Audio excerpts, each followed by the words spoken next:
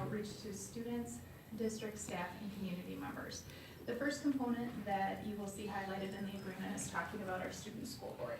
Our student school board is comprised of student representatives from each of our middle and high schools, as well as from our K-8 school, and they actually come together once a month, and they work with 2 school board members, with Afalabi and with Superintendent Munoz.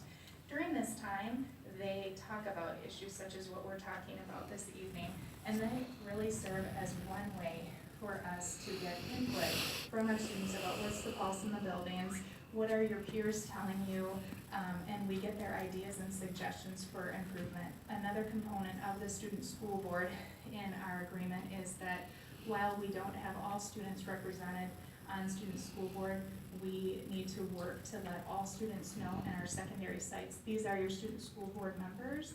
Please make sure building administrators and teachers that our students know about that and have access to these individuals so that they can bring forward those ideas and inputs. The next component was having high-functioning PBIS teams at each site.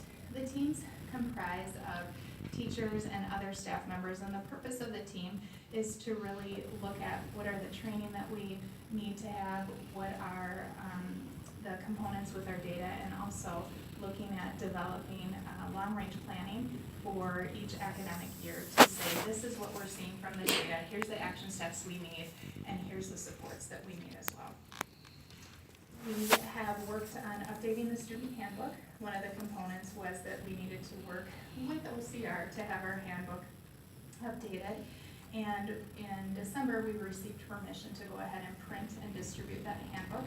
This will actually be an ongoing process that we will do annually. We hope to have the next edition of our handbook actually approved for distribution and printing in the spring or summer so that we can get it in the hands of our students in the fall during when they come for schedule pickup or meet their teacher evenings. And if not, we'll distribute it like we did this year later on, but we hope to have that on the front end of the school year versus this year. Obviously, it was more in the middle of the school year. The handbook component as well is that through our input sessions, which I'm talking about in a little bit, as well as through our student school board, as well as through our PBIS teams, that's our time to get input from our various stakeholders on what do you see in the handbook that you want adjusted or changes to be made. So that's part of our getting that information to then reflect that in the handbook. Another component of that is to really train our staff and our families and our students on the handbook.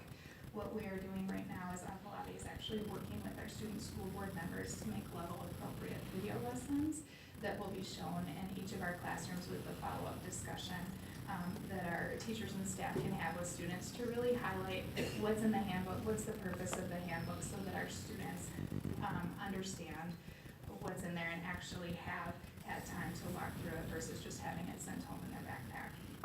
That will be also what we do at our community input session. A component of it will be to talk about what the handbook is, and then we have been and will continue to do training with our staff on the handbook. The next component was having a link off of our website to the OCR data. We actually have that live link, and that's been there for some time now, so that component is there. The policies, practice, and procedures, again, it's exactly what I had talked about in the previous category. Again, revising the handbooks. We have it initially revised, but seeking input to add